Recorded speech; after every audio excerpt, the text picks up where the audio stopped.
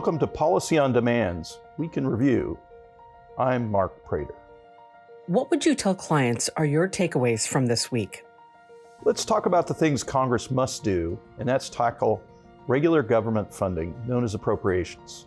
First, the clock is ticking on both steps of the ladder continuing resolution. Temporary government funding bill, known as a continuing resolution, expires in about 3 weeks on Friday, March 1st, on one group of appropriations bills, and 1 week later on Friday, March 8th, on another group of appropriations bills.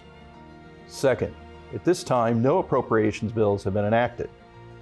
Third, if Congress fails to act on the appropriations bills, then Congress will see either a government shutdown or another continuing resolution.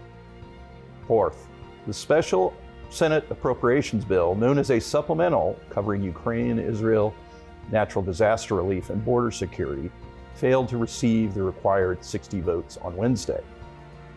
Fifth, important matters such as a farm program reauthorization will also expire and need to be addressed. On that front, there does appear to be progress on reauthorization of the Federal Aviation Administration programs in the Senate Commerce Committee.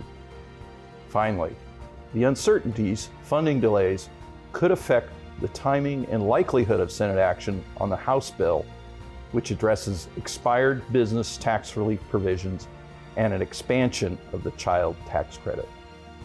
Which question related to policy did you get asked the most, and how did you respond? The question I got asked the most was when and how will the Senate process the House bill, which extends expired business tax relief, like the reversal of Section 174 amortization of research and development expenses. My answer is that the uncertainty over and delay in resolving the government funding issues adds complexity and is another potential barrier to Senate action. Why is that? The answer is, in a procedural and political context, the tax package will likely travel with an appropriations agreement. That means the tax package must help and not hinder passage of whatever appropriations vehicle or vehicles that are selected by the Senate leadership. Ultimately, the fate of the tax package rests on its helping pass whichever appropriations bill it is processed with. Where should companies focus their attention in the coming week?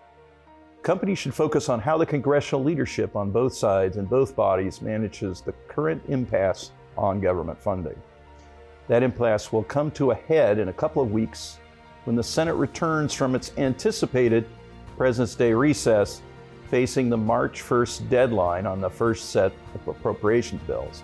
At this time, the House and Senate are working through each of those bills, but we have not seen signs of a definitive path to completion.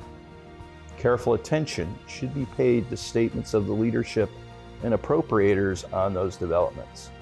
Watch out for how senior members of the Senate Finance Committee, especially Chairman Wyden and Ranking Member Crapo, describe the status of the House-passed tax package.